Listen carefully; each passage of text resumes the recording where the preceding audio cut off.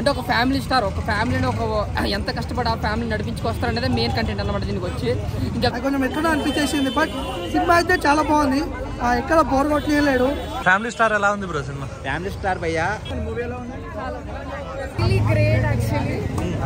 నచ్చిందా మూవీ? చాలా బాగుంది మూవీ. కనెక్ట్ అయ్యేలాగా బాగా ఎమోషన్ సీన్స్ కానీ రొమాన్స్ కానీ కెమిస్ట్రీ కానీ బాగా ఎంజాయ్ చేస్తారు.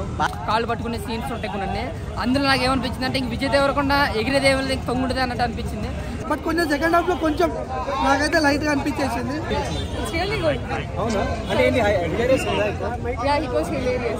బట్ క్లైమాక్స్ మరి అంత సాటిస్ఫైడ్ కాదు.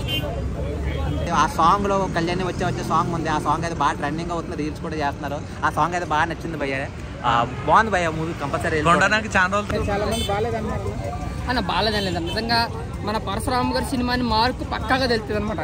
శ్రీరస్తు సోమస్తు గీతా గోవింద్ ఆ టైప్ ఆఫ్ సినిమా అన్నమాట. ఆ మూవీ అయితే బాగుంది భయ్య. రాడ్ వంచుతాడు కదా దించుతాడు అన్నట్టుగా చూపించారు మూవీ.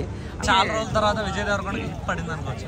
హిట్ పడింది అనుకోవచ్చు. అంటే బ్లాక్ బస్టర్ అని చెప్పలేను కానీ ఒక ఈ సమ్మర్ కాబట్టి కలెక్షన్లో వస్తే రావచ్చు అనేది మన విజయ్ దేవరకొండ క్రేజ్ని బట్టి.